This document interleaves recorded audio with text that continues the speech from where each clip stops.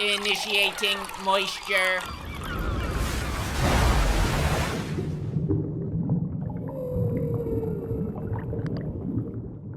Welcome to the Moist Meter. Today we're taking a look at the Obi-Wan Kenobi show. I'm just going to go ahead and be extremely honest up front, because lying is a sin, and I don't want to sin. I couldn't even finish Book of Boba Fett. I found it to be excruciatingly boring, so I didn't get to like episode 5 and 6, which apparently it just turns into The Mandalorian and is good again.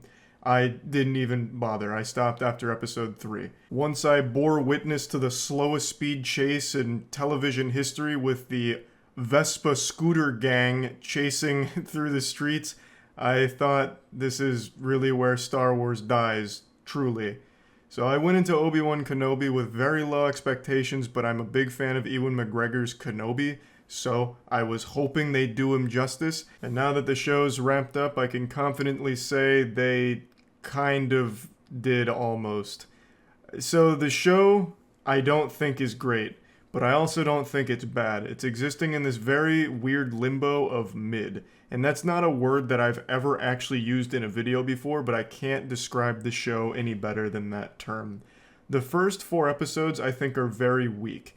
But I do like Ewan McGregor's performance in them. I just think the story beats are kind of lackluster. And that's setting aside the goofiness of like the Leia chase scene, which has already become notorious, where it's quite literally like a Power Rangers moment where Leia's like running through a forest being chased and the bad guys are tripping over tree branches and, you know, they run into a tree and they're like oh, dag nabbit, I guess we'll never get her now. And it's like supposed to be an intense chase and it's just so silly. And then they do another chase in episode 2, which is equally as silly. And then in the following episodes, there's a hallway fight scene where the stormtroopers are like point blank with Obi-Wan and there's a seeker droid behind him. He's cornered, you know. How's Obi-Wan gonna get his way out of this one? It's gonna be really badass. But it's not. The stormtrooper shoots the droid shoots the stormtrooper, and then the other stormtrooper shoots at Obi-Wan, who is holding his lightsaber stationary the entire time as he slowly, like, old man waddles up to the stormtrooper and slices him. The point I'm making is there's a lot of like bad moments, whether it's a choreography related thing or just like a bad idea.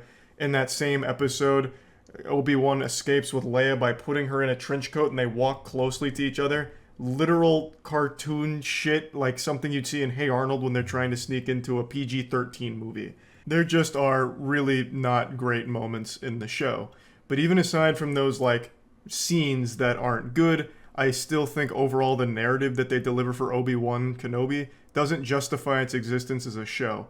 It doesn't really add anything to the universe to see these things unfold. It just seems highly unnecessary. They also heavily advertised Hayden Christensen in this series, so I was expecting, as most people were expecting, him to play a pretty crucial role in it, but he's really only visible in a few scenes throughout the show.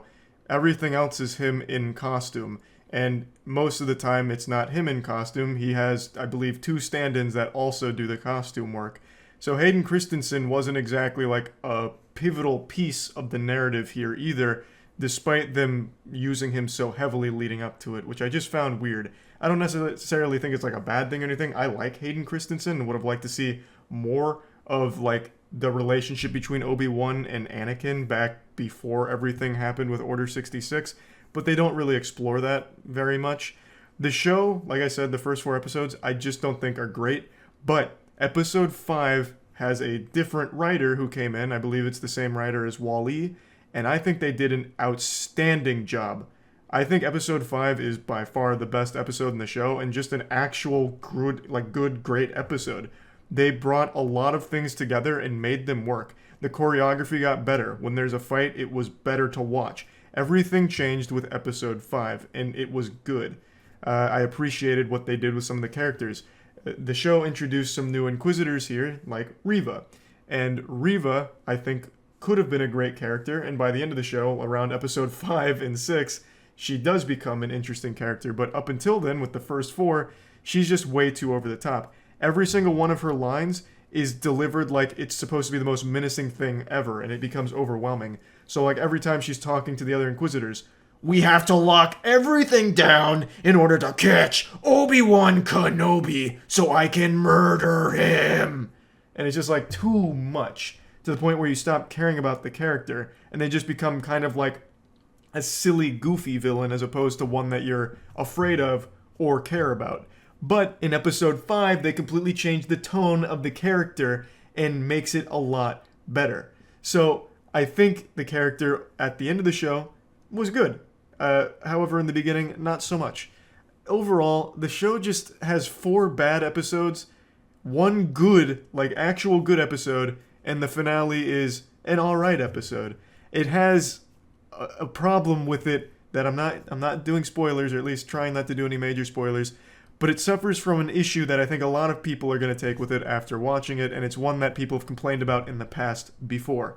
And there's no real explanation for a decision that gets made, other than the fact that the decision couldn't be made due to the placement of Obi-Wan Kenobi in the Star Wars universe. Without giving too much away, it's hard to talk about without spoilers. But I do think overall the finale was serviceable. I thought it actually did a great job of like kind of sending it out commendably. It had a wholesome conclusion that makes sense in the universe.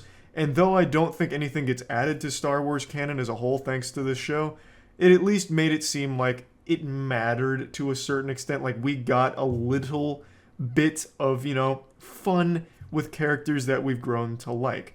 I think most people enjoy Ewan McGregor as Kenobi. In the prequels, I think he was definitely the best part. And it's just nice to see him reprise the role and do well with it in this. Because like I said, I think he has a great performance here, even if the material he works with is a bit weak. I also think there's a bit of a disservice done to Darth Vader. They initially introduce him and do a great job with it. I think he comes in episode 3, and he's just going through a village, just fucking blasting everyone, innocent people, just very slowly and scarily walking towards his destination. They do a great job of setting up how intimidating and powerful this character is.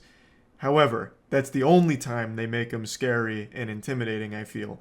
After that, he doesn't really do a lot right. Like, there's even times where he just lets Obi-Wan go for no reason.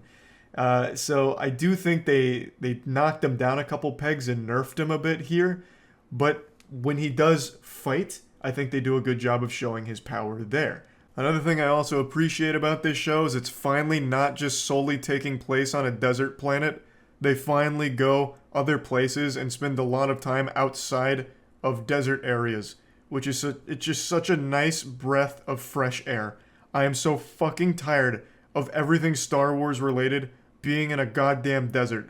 Disney is getting so much bang for their buck, so much mileage out of the same desert scenes. They're sets that they've been using for fucking years. They are absolutely just recycling the same goddamn sets and repurposing them slightly for these shows.